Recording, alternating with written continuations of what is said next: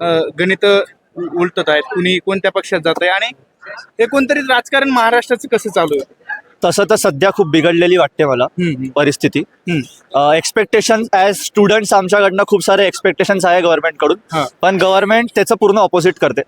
आणि जे युथ आहे तो तरी आता मला वाटतं थोडा एज्युकेटेड आहे, पण जे एल्डर्स आहे ज्यांना राईट टू वोट आहे ते खूप इझिली डिस्ट्रॅक्ट होऊन जातात. म्हणजे जे आता मी बोलणार नाही काही, पण 2-3 शब्द जर त्यांनी वापरले ना स्पेसिफिक, तर ते लगेच डिस्ट्रॅक्ट होऊन जातं टॉपिक पासून, की टॉपिक काय चालू आहे तुम्ही कुठे चालले जातात. म्हणजे तेच पुराणे मुद्दे, रिलिजन वगैरेचे. आता VIT पासून जर मी बोलल्या गेलो तर VIT हे पुण्यातलं टॉप 5 कॉलेजेसमध्ये येतं, महाराष्ट्राच्या टॉप 5 कॉलेजेसमध्ये येतं.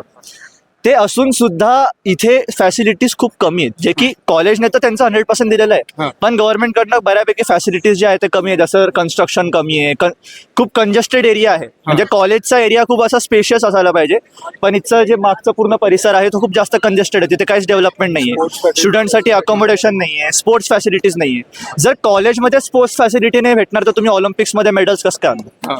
तुम्ही कसं एक्सपेक्ट करता की मेडल्स? म्हणजे इंडियाची पॉप्युलेशन एवढी जास्त आहे, वर्ल्डमध्ये सगळ्यात जास्त आता सरप्रास होणार आहे. त्याच्या हिशोबाने आपले काही नाही तरी सेकंड किंवा थर्ड मध्ये आपली कंट्री यायला पाहिजे इन ऑलिम्पिक्स.